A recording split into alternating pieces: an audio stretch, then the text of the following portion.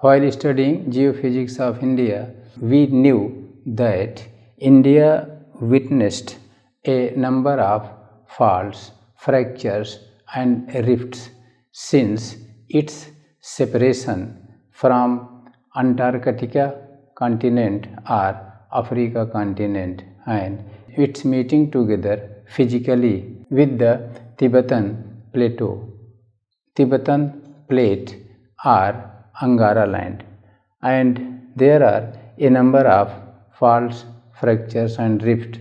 First, let us understand the meaning of faults and fracture zones and rift valleys.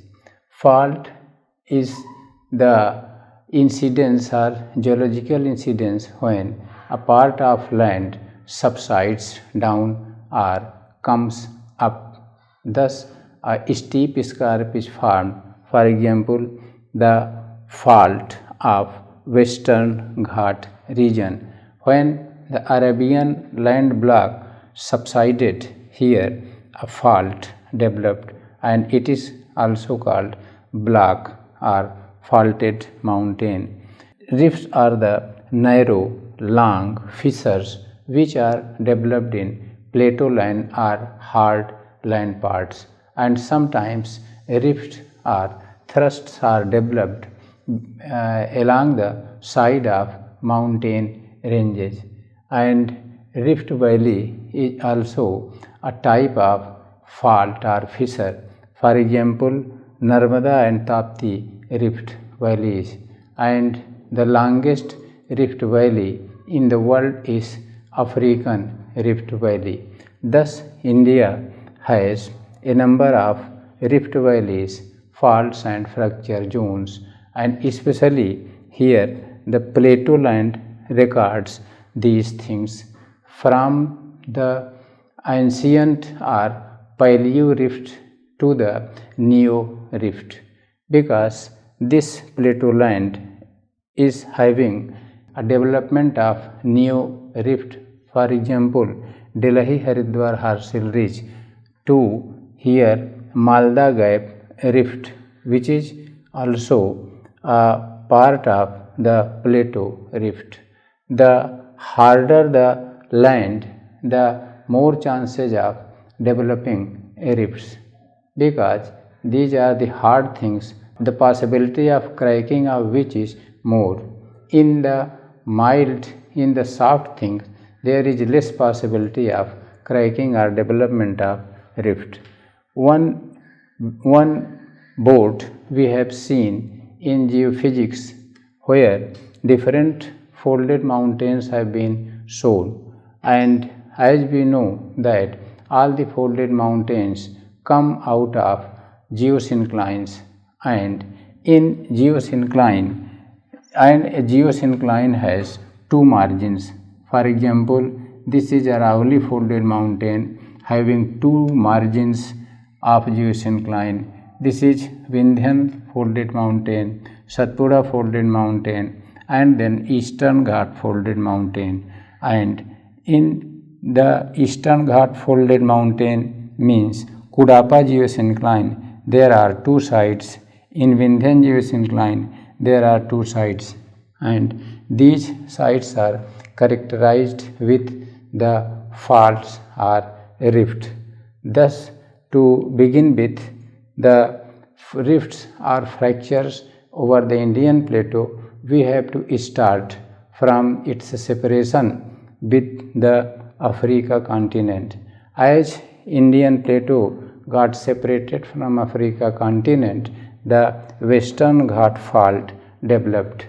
Then the oldest mountain here, Aravalli, came into existence, and towards towards its east, there is great boundary fault, and through this today river Chambal drains. So before starting the study of a number of rifts, their development and distribution, we have to keep this format in mind. When there is question on it, means faults and fractures in India, the possibility of which is more in the commissions. You have to keep these points as format in your mind. For example, first you should define what is fault, fractures and rift. Then you have to show its causes, why these have developed. Then its distribution, where these are located. Then after it, its importance, means in importance you will show that generally along these rifts and fractures, their river valleys have developed, or rivers have developed their valleys. Next importance is that when this plateau land moved from south and this was on the equator, there were equatorial dense evergreen forest. Due to development of these fractures, the dense vegetation fell down in that rift, which was later on sedimented with the thick layer of sediment, and due to the pressure of sediment, that vegetation was converted into coal. Thus, along the rift or fault, rivers have developed their valleys. Below the river valleys, there is coal deposit, and in the river valleys, due to wetted perimeter of river bank, there is dense evergreen forest which is called Galleria forest, because the canopy of trees of the both sides of the river meet together, below which if you navigate, it is like a cool gallery, hence it is called Galleria forest. And next is geothermal energy. When the water of river percolates down and reaches in the coal deposits at the depth of 2 to 3 kilometers, there is heat generated which is called geothermal energy. Thus, there is a good scope of geothermal energy availability along these rifts. And the next point is hydel energy. Along these rivers, the big and small size dams have been prepared, and thus there is good chance of hydel energy. Generally, hydel energy is found here. If we superimpose all these maps of fractures, map of river, map of hydel project, map of geothermal energy, maps of dams and reservoir, maps of earthquake, certainly if they are superimposed, they will tell only one story, that is story of geophysics, on the basis on the foundation of which all these maps are superimposed. Thus, these are the important points which you will keep in your mind, and let us study these, the distribution and causes of these faults and fractures. Then, which are the important questions to be asked in competitions, we will discuss all those. We have to start the study of fractures and faults. The first fracture we can take the West Ghat mountain. It is the result of fracture as well as fault, and that's why from the people of the coastal area say it as a mountain because it is higher, while the people of the plateau land call it as it is scarp of plateau. Now the second one is here Arauli. Here to the east of Arauli, it is Great Boundary Fault. As we know that Arauli also has come out of a geosyncline, and along its eastern margin this Great Boundary Fault is located, and through it drains river Chambal, wherein there are all the characteristics that we have studied, means a number of dams are here, and there is good possibility of geothermal energy and coal energy. Now third is here the Narmada fault and the Tapti fault. To the south of folded Vindhyan mountain, it is Narmada fault that starts from Amarkantak and runs along this Narmada river and up to its mouth. To its south it is Satpura mountain, and to its south here it is Tapi river or Tapti river, which originates from Betul plateau and drains in this Arabian Sea, and this Tapi fault is located here. Thus, between Narmada and Tapi faults is located this Satpura range, and it is wonderful thing that these faults are very old or of paleotectonic origin, which has been covered with the thick layer or trap of volcano. That's why, although here in Vidarbha region, in neighboring areas, although there is rich deposit of coal, but it is difficult to explore it and extract it. Now, here next is Son fault, and Son fault starts from here Amarkantak to the near Patna city, and along this fault drains river Son, on which there is a dam, on which there is a Singrauli coal deposit as well as NTPC. And now we come to the faults developed in the western part. Although previously by the seismologist, this Maharashtra and Karnataka was declared to be free from earthquake, but recent years earthquakes in Koyna and Kurdwadi tell some different story, and geologists have changed their map of geology or earthquake that we will study in the seismological map of India. Here Koyna is a small river and it drains through Koyna fault, and this Koyna fault witnessed a tremor, and due to it there was a loss in the Koyna reservoir and dam. In recent years in Latur and Usmanabad there is a Kurdwadi fault which developed, and here earthquake also occurred and small rivers also drain in it. It is very wonderful thing that here along the eastern India the fault's direction is from northwest to southeast, and the direction of this eastern India rivers also follow the same, means northwest to southeast. You are seeing this, and here it is Damodar fault.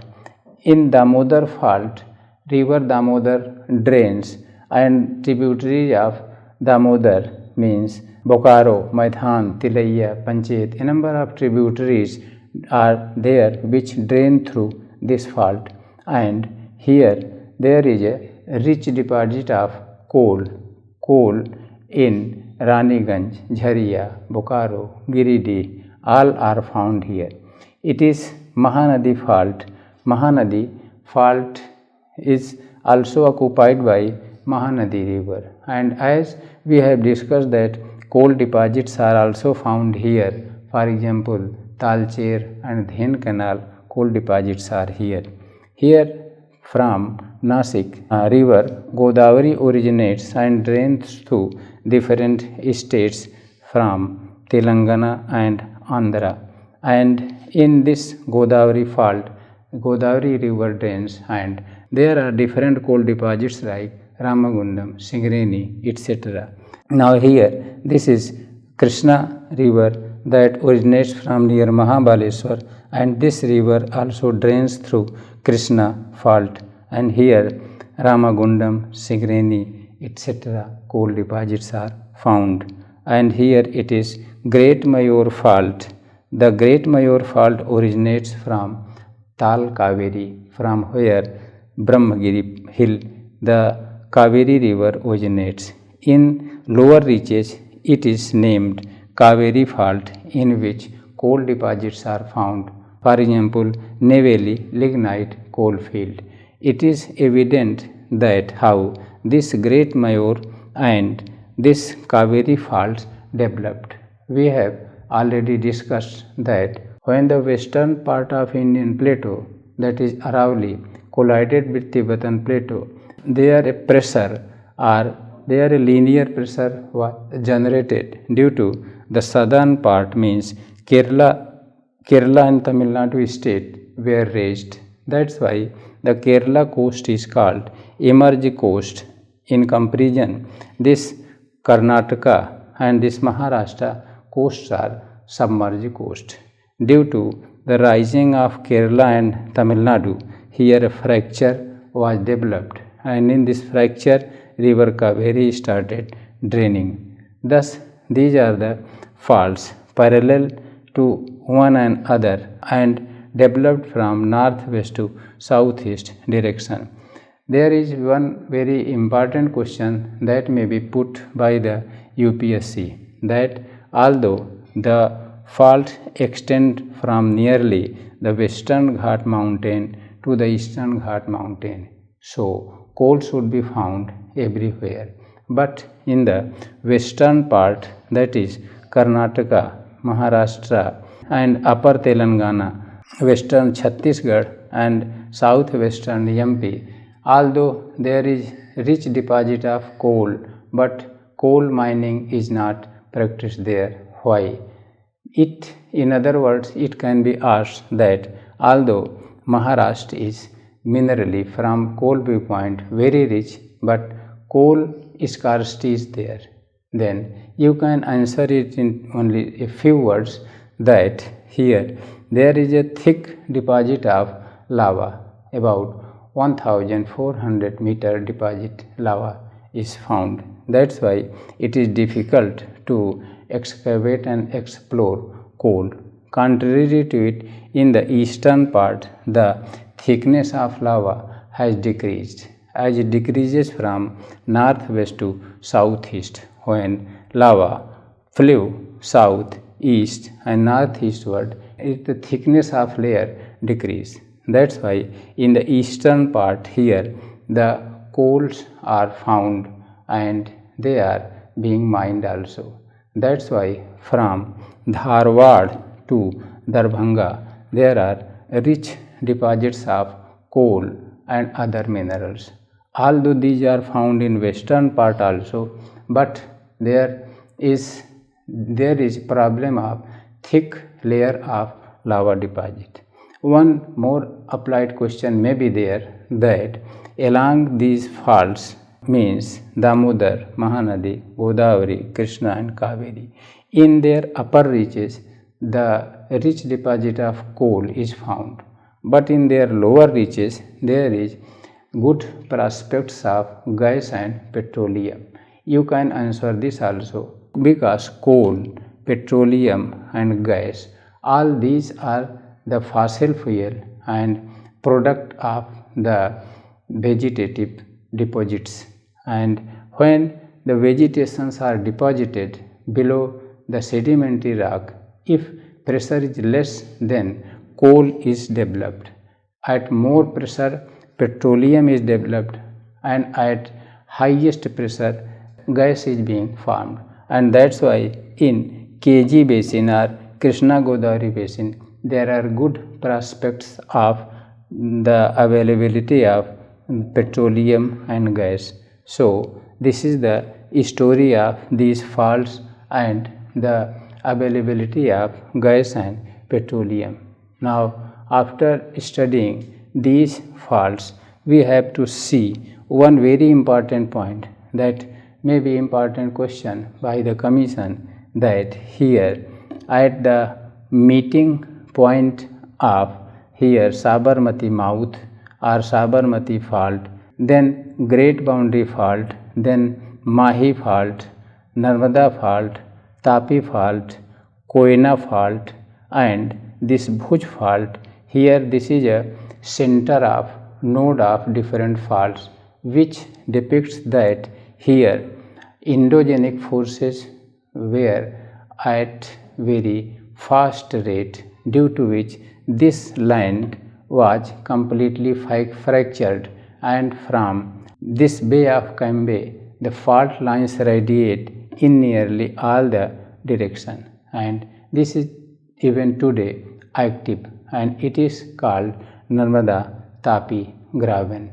Graben is a landscape of geological formation having different types of rifts and horsts, and if these are found in sequence, that is called graben. It is also wonderful thing that in this graben are mostly fractured part of India. There is rich deposit of petroleum and gas like Bombay High and the western gas and petroleum field in the India. And it is also wonderful thing that here geothermal energy is found, and there is good scope of hydel energy, dense forest, and also good scope of here the risk or natural hazard and calamity or disasters. Because if there is prosperity, certainly with prosperity nature gives calamity and hazards. Now, after studying the rifts and faults of plateau land, let us come and concentrate on the faults and rifts of the Himalayan region that may be termed neo faults. Here it is Great Himalayas, to the north of which Tibetan Plateau is located, and both are set together, means physically in close contact. You cannot differentiate between the two, but structurally this Tibet Plateau, a part of Angara land, is different from the structure of Greater Himalayas, because this Tibetan shield, or it is also called Tibetan Massif, or it is also called Tibetan platform, and it is also called Tibetan basal complex, consists of very old rock, nearly of the Gondwana period. Contrary to Himalayan structures are sedimentary, softer sandstone, limestone, etc. That's why a line, imaginary line, separating the Tibetan structure from this Greater Himalayan soft structure is called hinge line. Thus, the two petrological regions are separated by the hinge line. Likewise, to the south of Greater Himalaya is located Middle or Lesser Himalayas, and these two are of different periods, times.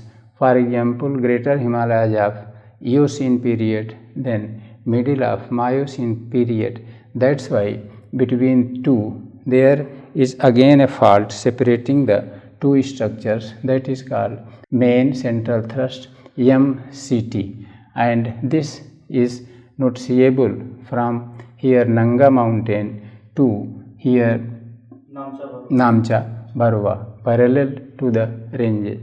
Now to the south of Middle Himalayas, it is Shivalik mountain range. Between the two is located main boundary thrust MBT that you can see in Dehradun Robbers Cave, or in Dehradun Sahasradhara Fall, and here near Nainital. When you are going to visit Naina Devi, about 1 kilometer before reaching Naina Lake, you can see in right hand side Manora Observatory, and there is a vertical steep slope, that is this fault or EMBT, where there appears that there is a thick deposit of ice, that is not volcanic ice, rather that is frictional ice.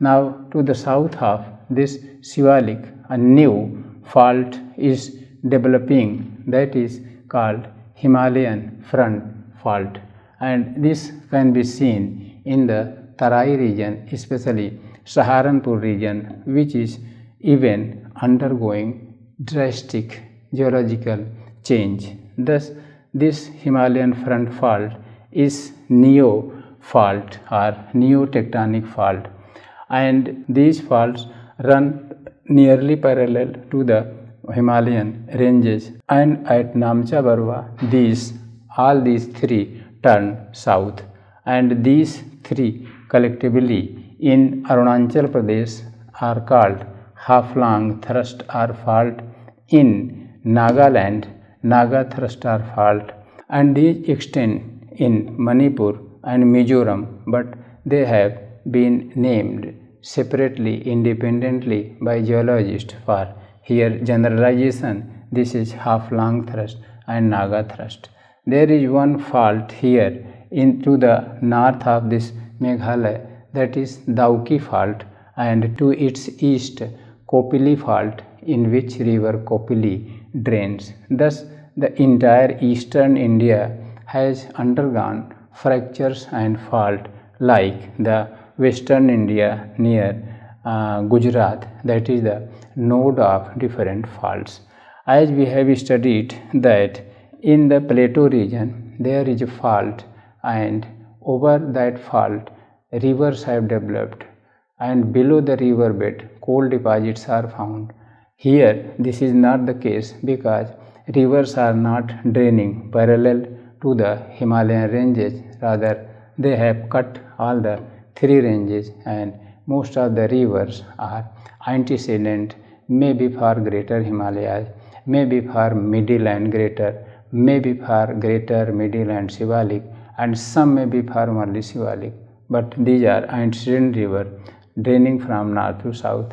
That's why here the fault characteristics and nature of Himalayan region cannot be compared with the faults in the plateau region. But one thing common is that in these faults also different coal mines are found. For example, in different districts of Jammu and Kashmir, especially in Jammu, Jungle Gully coal field is found.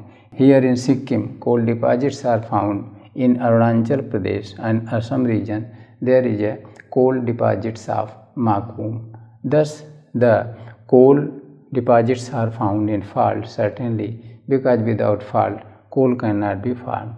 Thus, these are the important faults of plateau land and here Himalayan region. As we have studied that Himalayan faults are neotectonic fault, but two latest neotectonic faults are developing these days where earthquakes generally occur. For example, along Delhi, Haridwar and Harsel Ridge, and to its southward extension through this fault up to Bhuj, there is a latest or neotectonic fault that is seismically active, and the second neotectonic fault is developing here from Barren Island to Malda Gap to Everest. Here this is also tectonically sensitive, and a new fault is developing because due to sedimentation in the Malda Gap, this land is undergoing subduction. Thus, this is the story of the paleo faults and neo faults and their importance under these heads. Now, how Commission may put question before you, that trend may be that rivers flow along fault, discuss. Then you will have to draw two maps, one map of river, the other map of fault, and explain why rivers are draining through major faults. And second question may be coal deposits are found along faults. Then again you will have to draw two maps, one of coal deposits, coal mines, second of faults. Then you can explain that both are complementary to each other. Next question may be that geothermal energy is also found along fault. There we will discuss geothermal energy map separately in a separate video, but here you will have to draw two maps, one of these faults and the second of the location of geothermal energy, and then thereby you can explain how these two are interrelated. Next is hydel energy along faults. You will have to draw two maps, one of faults, the other of hydel energy stations, and thereby you can prove that along most of the fault lines hydel energy stations are located. Next point is dense forest along the faults. Again there you will draw two maps, one of fault lines, the other of dense galleria vegetation, and you can correlate the two. Next question may be eco-friendly or ecotourism along the faults.